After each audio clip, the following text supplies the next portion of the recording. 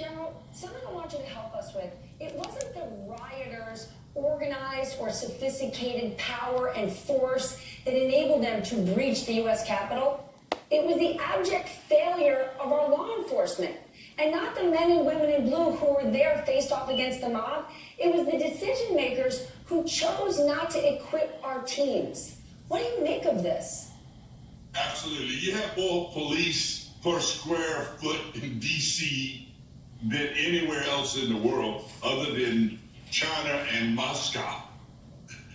This is ridiculous. The Capitol Police system, led by the Sergeant at Arms in both houses and the Chief of the Capitol Police, they should not be allowed to retire. They should be fired today.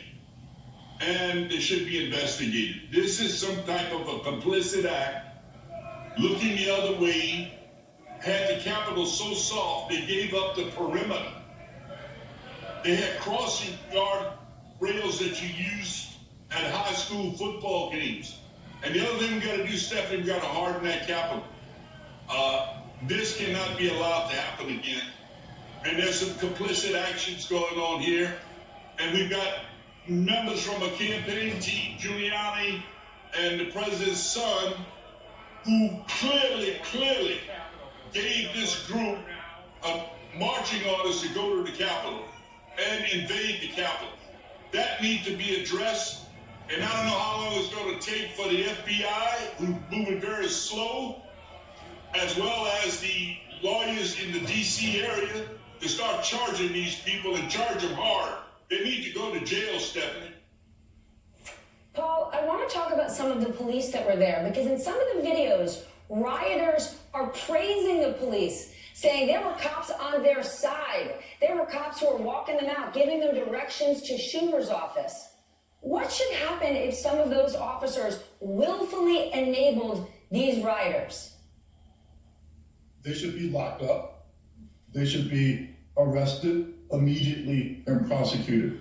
Stephanie, our country faces two dire national security concerns. The first is that our leader, the most powerful person in the world, is deranged.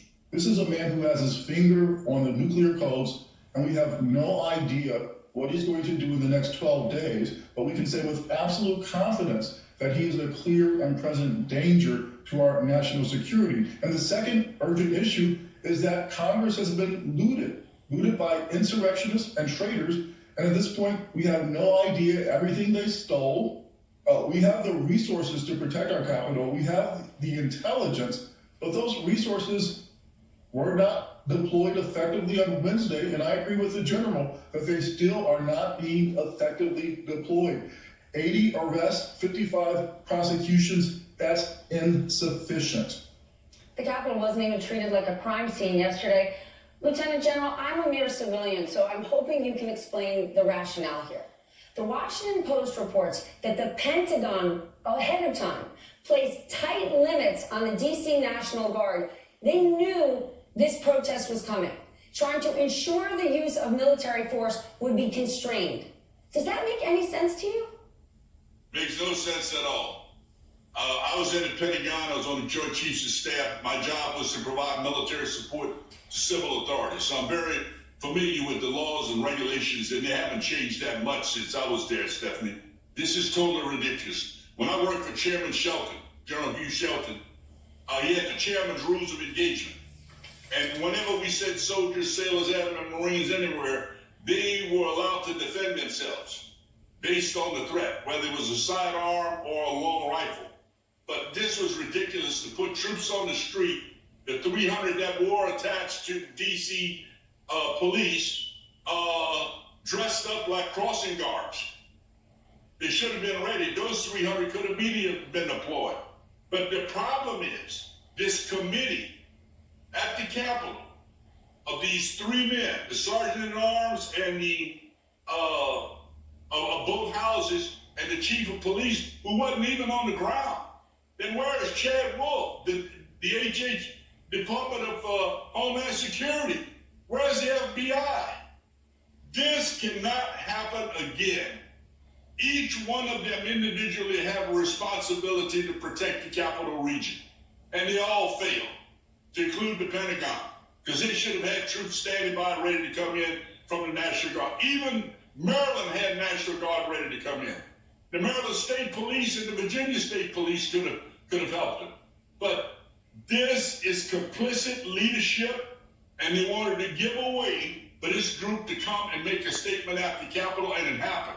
And that entire Capitol Police Force, I feel so sorry for that officer that lost his life and those who took on and fought him hand in glove inside the chamber.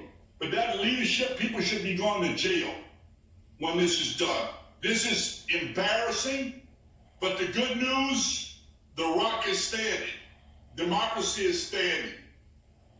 And the world see this transfer of power, however it happened. On the 20th, we'll have a new leadership into our enemies. Walk carefully. This is not a sign of weakness. This was a moment of weakness, but do not fear. The United States military is ready to defend this country. The leadership in Washington right now will go away, and when they walk out of the White House, all those guys in the cabinet position need to walk out, and the district attorneys in the district, along with the FBI, need to arrest these people. And you know what? They're businessmen. Some of them are state legislators. Some of them are police. Some of them are retired military. They need to be arrested. There are a whole lot of different things, but they share one thing in common, sir. They're all criminals. So we don't need to be rushing the Capitol, although it's going to get a lot worse if the courts continue to shirk their responsibilities. What do you think happens after the Electoral College votes are counted? I think it's entirely possible that 1 million armed men show up here to fix the problem. God, I hope that never happens. But if, like I said, and I'm not the first person to say it, there's a lot of famous leadership that's come through history that has made this point in various ways.